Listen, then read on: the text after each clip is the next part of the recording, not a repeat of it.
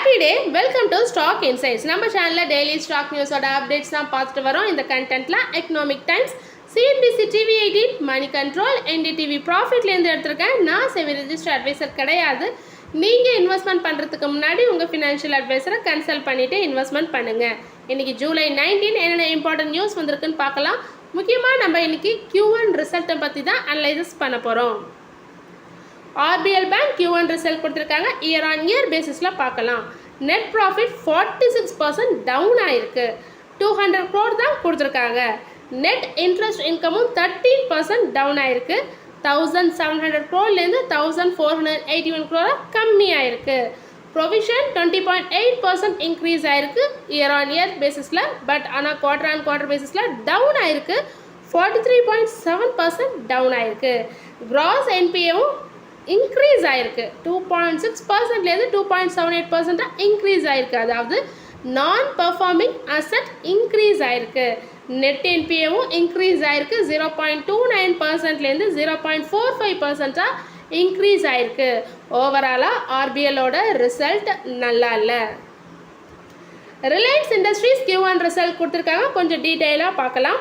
Net profit 76.5% increase ஆயிருக்கு. 30,783 crore கொடுத்துருக்காங்க. ஆனால் இந்த நெட் ப்ராஃபிட்டில் இப்போ ரீசெண்டாக ஏஷியன் பெயிண்ட்ஸில் உள்ள ஸ்டேக்கை செல் பண்ணாங்க பார்த்தீங்கன்னா அதுவும் அடங்கும். அதில் உள்ள கெயின் எவ்வளோன்னு பார்த்தீங்கன்னா 8,924 crore. ஸோ அதுவும் இந்த நெட் ப்ராஃபிட்டில் இன்க்ளூட் ஆகும். சப்போஸ் இந்த ஸ்டேக் செல் பண்ணதை கழிச்சிட்டோன்னு வைங்களேன், ப்ராஃபிட் இன்க்ரீஸ் ஆயிருக்கும். 25% இன்க்ரீஸ் ஆயிருக்கும். 76.5%க்கு பதிலாக 25% இன்க்ரீஸ் ஆயிருக்கும். பட் ஆனால் ஓவராலாக ப்ராஃபிட் இன்க்ரீஸ் தான் ஆயிருக்கும். டோட்டல் இன்கம் இன்க்ரீஸ் ஆயிருக்கு. 6% இன்க்ரீஸ் ஆயிருக்கு. 2.73 lakh crore. எபிடா 36% இன்க்ரீஸ் ஆயிருக்கு. 58,024 crore இன்க்ரீஸ் ஆயிருக்கு. ஆனால் நெட் டெப்ட்டு இன்க்ரீஸ் ஆயிருக்கு. மார்ச் 2025 பார்த்தீங்கன்னா எவ்வளோ கடன் இருந்திருக்குன்னு பார்த்தீங்கன்னா 1,17,083 crore இருந்திருக்கு. பட் அது இன்னும் இன்க்ரீஸ் ஆகி 1,17,580 crore இன்க்ரீஸ் ஆயிருக்கு. ஸோ நெட் டெப்ட் இன்க்ரீஸ் ஆனது நல்லா இல்லை. இவங்களோட டோட்டல் யூசர்ஸ் பார்த்தீங்கன்னா 498.1 மில்லியனாக இருக்காங்க. ஜியோ ஃபைபர் ஏர் ஃபைபரில் மட்டும் பார்த்தீங்கன்னா 7.4 மில்லியன் யூசர்ஸ் இருக்காங்க. ஸோ இப்போ இவங்களோட ஒவ்வொரு செக்மெண்ட்டாக பார்க்கலாம். ரிலையன்ஸ் ரீட்டைல் ரெவன்யூ கொடுத்துருக்காங்க. 11.3% இன்க்ரீஸ் ஆயிருக்கு. எபிடாவும் 12.7% இன்க்ரீஸ் ஆயிருக்கு. ரிலையன்ஸ் ரீட்டைலோட நியூ ஸ்டோர்ஸ் 388 ஆட் பண்ணியிருக்காங்க. ஸோ டோட்டலாக நியூ ஸ்டோர்ஸோட சேர்ந்து 19,592 crore இன்க்ரீஸ் ஆயிருக்கு. 92 ஸ்டோர்ஸாக இன்க்ரீஸ் ஆயிருக்கு. மீடியா அண்ட் என்டர்டெயின்மெண்ட் பிஸ்னஸில் மட்டும் பார்த்தீங்கன்னா ஜியோ ஸ்டார். ஸோ அதில் ரெவென்யூ 11,222 crore கிடச்சிருக்கு. எபிடா 1,017 crore கிடச்சிருக்கு. ஸோ மெயினாக இந்த ரெவென்யூ இன்க்ரீஸ் ஆனதுக்கு காரணம் ஸோ இந்த ஐபிஎல் சீசன் நடந்ததில்ல. ஸோ அது மூலமாக தான் இந்த ரெவென்யூ இன்க்ரீஸ் ஆயிருக்கு. Oil to chemical business year on year பேசிஸில் பார்த்தீங்கன்னா ரெவென்யூ 1.5% டவுன் ஆயிருக்கு. எபிடா ஆனால் 11% இன்க்ரீஸ் ஆயிருக்கு.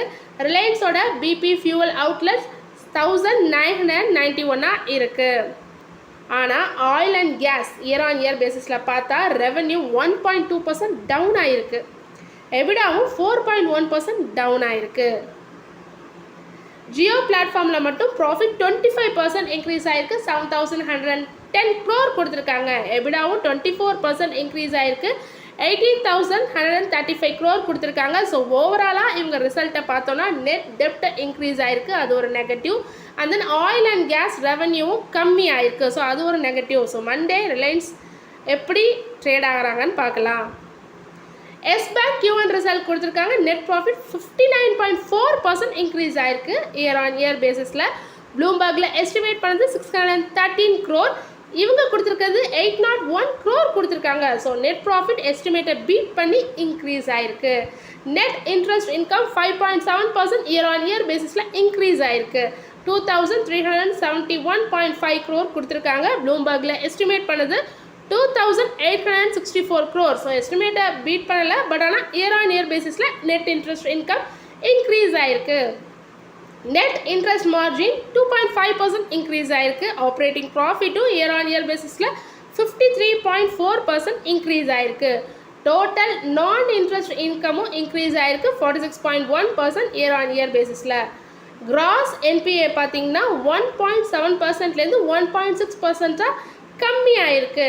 நெட் என்பிஏவும் கம்மியாயிருக்கு. ஸோ இது ஒரு குட் தான். 0.4%லேருந்து 0.3% கம்மி பண்ணியிருக்காங்க. ஸோ என்பிஏ கம்மி பண்ணியிருக்காங்க. ஸோ இது குட். அட்வான்சஸ் பார்த்தீங்கன்னா 5% இயர் ஆன் இயர் பேசிஸில் இன்க்ரீஸ் ஆயிருக்கு. 2.41 lakh crore கொடுத்துருக்காங்க. டெபாசிட்டும் இன்க்ரீஸ் பண்ணியிருக்காங்க. 4.1% இயர் ஆன் இயர் பேசிஸில் 2.76 lakh crore கொடுத்துருக்காங்க. ஓவராலாக எஸ் பேங்கோட ரிசல்ட் இயர் ஆன் இயர் பேசிஸில் நல்ல ரிசல்ட் கொடுத்துருக்காங்க.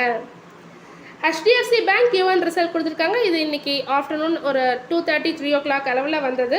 நெட் ப்ராஃபிட் 12.2% இன்க்ரீஸ் ஆயிருக்கு. 12.2% இயர் ஆன் இயர் பேசிஸில் இன்க்ரீஸ் ஆயிருக்கு. 18,155 crore கொடுத்துருக்காங்க. CNBC TV18ல் 17,067 crore கொடுத்துருக்காங்க.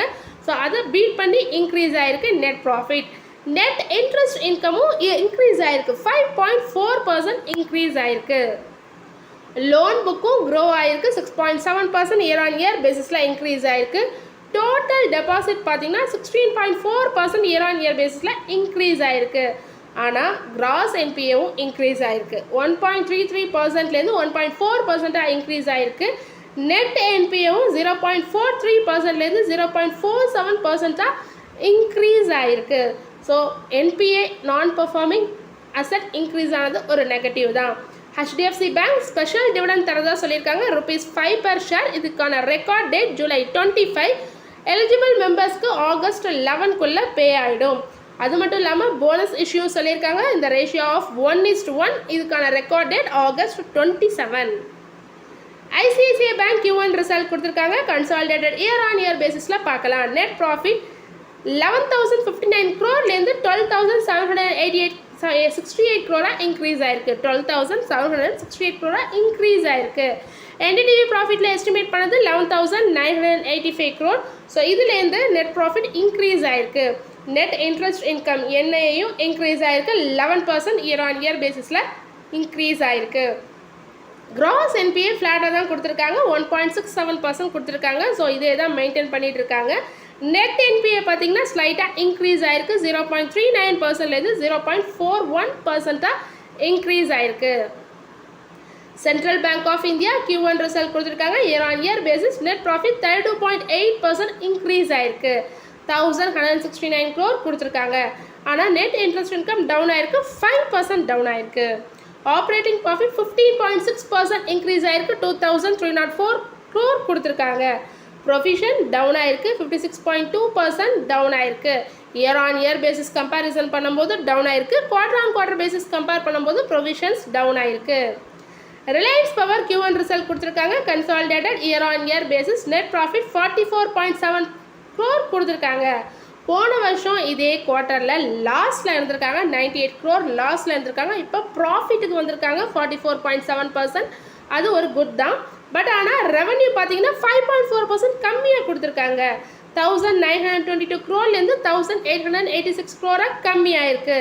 எபிடாவும் கம்மியாயிருக்கு. 13.2% கம்மியாயிருக்கு. எபிடா மார்ஜினும் 32.7%லேருந்து 30%ஆக கம்மியாயிருக்கு. என்னதான் இவங்க லாஸ்லேருந்து ப்ராஃபிட்டுக்கு இப்போ வந்தாலும் ரெவன்யூ எபிடாவும் மார்ஜினும் கம்மியாக தான் கொடுத்துருக்காங்க ரிலையன்ஸ் பவர். தொடர்ந்து இதுமாரி யூஸ்ஃபுல்லான மார்க்கெட் அப்டேட்ஸ் வேணும்னா மறக்காமல் நம்ம சேனலை சப்ஸ்கிரைப் பண்ணுங்கள். பெல் ஐக்கான் கிளிக் பண்ணுங்கள். லைக் அண்ட் ஷேர் பண்ணுங்கள். தேங்க்யூ.